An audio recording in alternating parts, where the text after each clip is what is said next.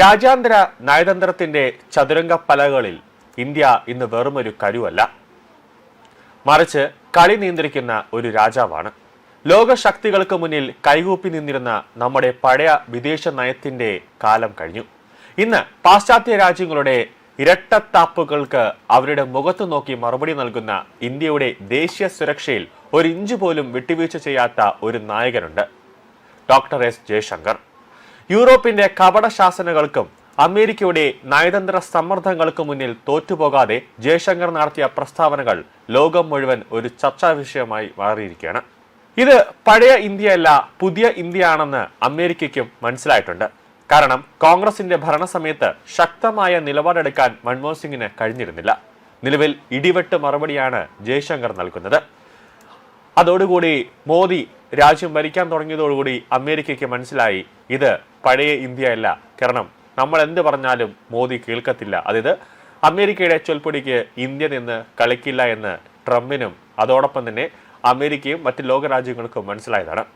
ഈ ഇന്ത്യ അമേരിക്കയുടെയോ ഇനി റഷ്യയുടെയോ ചൊൽപ്പൊടിക്ക് നിൽക്കുന്ന പഴയ ഇന്ത്യ അല്ലെന്ന് അമേരിക്കയുടെ വിദേശകാര്യ സെക്രട്ടറി മാർക്കോ റൂബിയോയ്ക്ക് പഠിപ്പിച്ചു കൊടുത്തിരിക്കുകയാണ് ഇന്ത്യൻ വിദേശകാര്യമന്ത്രി എസ് ജയശങ്കർ.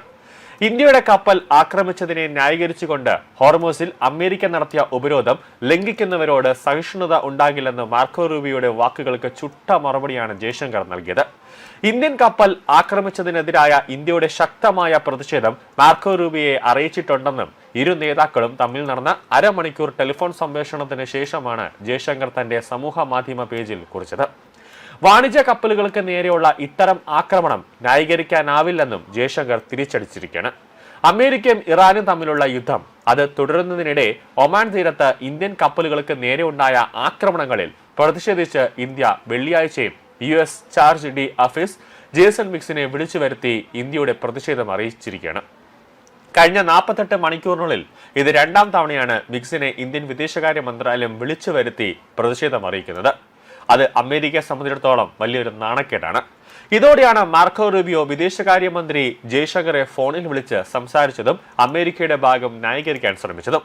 പക്ഷേ ജയശങ്കറിന്റെ മറുപടിക്ക് മുന്നിൽ മാർക്കോ റൂബിയോയ്ക്ക് പിടിച്ചു നിൽക്കാൻ കഴിഞ്ഞില്ല എന്നതാണ് വാസ്തവം. കഴിഞ്ഞ ദിവസം അമേരിക്കയല്ല ഇറാനാണ് ഇന്ത്യയുടെ 3 നാവികർ കൊല്ലപ്പെട്ട കപ്പൽ ആക്രമിച്ചതെന്ന് പറഞ്ഞ് രക്ഷപ്പെടാൻ US പ്രസിഡന്റ് ട്രംപ് ഒരു ശ്രമം നടത്തിയിരുന്നു. എന്നാൽ ഇറാൻ ഇതിനെതിരെ ശക്തമായ വിമർശനം അഴിച്ചുവിട്ടതോടെ അമേരിക്കയുടെ മുഖം തന്നെ നഷ്ടപ്പെട്ടു. ഹോർമൂസ് കടലിടുക്കിൽ ഒരു ഇന്ത്യൻ കപ്പലുമായി ബന്ധപ്പെട്ട് ഇറാനെതിരെ US പ്രസിഡന്റ് നടത്തിയ ആരോപണം അടിസ്ഥാനരഹിതമാണ്. ഇന്ത്യയിലെ ഇറാൻ എംബസി സോഷ്യൽ മീഡിയ പോസ്റ്റിൽ പ്രതികരിച്ചതും ഇങ്ങനെയാണ്: ഒരാഴ്ചയ്ക്കുള്ളിൽ 3 ഇന്ത്യൻ കപ്പലുകൾ ആക്രമിച്ച് 3 നിരപരാധികളായ ഇന്ത്യൻ നാവികരെ കൊന്നൊടുക്കിയ US ഈ ക്രൂരമായ തെറ്റിൽ നിന്ന് പൊതുജന ശ്രദ്ധ തിരിക്കാനുള്ള ശ്രമമാണ് നടത്തിയത്. അത് വളരെ ദയനീയമാണ്. കുറ്റം ഇറാന്റെ മേൽ ചുമത്താനുള്ള ട്രംപിന്റെ നടപടിയെ വിമർശിച്ച് ഇറാൻ എംബസി പറഞ്ഞത് ജൂൺ 10-നാണ് ഇന്ത്യൻ കപ്പലിന് നേരെ വിവാദ ആക്രമണം ഉണ്ടായത്. ഒമാൻ ഉൾക്കടലിൽ വെച്ചാണ് MT സെറ്റബലയെ എന്ന ഇന്ത്യയുടെ ടാങ്കർ ആക്രമിക്കപ്പെട്ടത്. പലാവു പതാകയുള്ള ഒരു ടാങ്കറായിരുന്നു ഈ കപ്പൽ. 24 ജീവനക്കാർ ഉണ്ടായിരുന്നു. അതിൽ 21 പേരെ സുരക്ഷിതമായി രക്ഷപ്പെടുത്തി 3 പേർ കൊല്ലപ്പെട്ടു. അമേരിക്കയാണ് ഈ കപ്പലിനെ ആക്രമിച്ചതെന്ന് ഇന്ത്യക്ക് വ്യക്തമായ തെളിവുകളുണ്ട്. മാർക്കോ റൂബിയോ ന്യായീകരിക്കാൻ ശ്രമിച്ചപ്പോൾ ജയശങ്കർ തിരിച്ചയച്ചു കൊടുത്തത് നിങ്ങളാണ് ആക്രമിച്ചത് എന്നതിന്റെ ശക്തമായ തെളിവാണ്. അതേസമയം മാർക്കോ റൂബിയോയ്ക്ക് ഒന്നും പറയാനില്ലാതെ ബബബ അടിച്ചിരിക്കുന്ന അവസ്ഥയാണ് ഉണ്ടായത്. അതുകൊണ്ട് തന്നെ ഇത് മൻമോഹൻ സിംഗിന്റെ അല്ലെങ്കിൽ സോണിയാഗാന്ധിയുടെ പഴയ കോൺഗ്രസ് അല്ല, അതായത് അവരല്ല രാജ്യം ഭരിക്കുന്നത്, നട്ടലുള്ള ആണുങ്ങൾ ഭരിക്കുന്ന രാജ്യമാണ്. ഇവിടെ എന്തൊക്കെ ന്യായീകരിക്കാൻ ശ്രമിച്ചാലും തെളിവുകളായിരിക്കും ഇന്ത്യ സംസാരിക്കുക എന്ന് മാർക്കോ റൂബിയോയ്ക്ക് ഇതോടുകൂടി മനസ്സിലായിരിക്കുകയാണ്.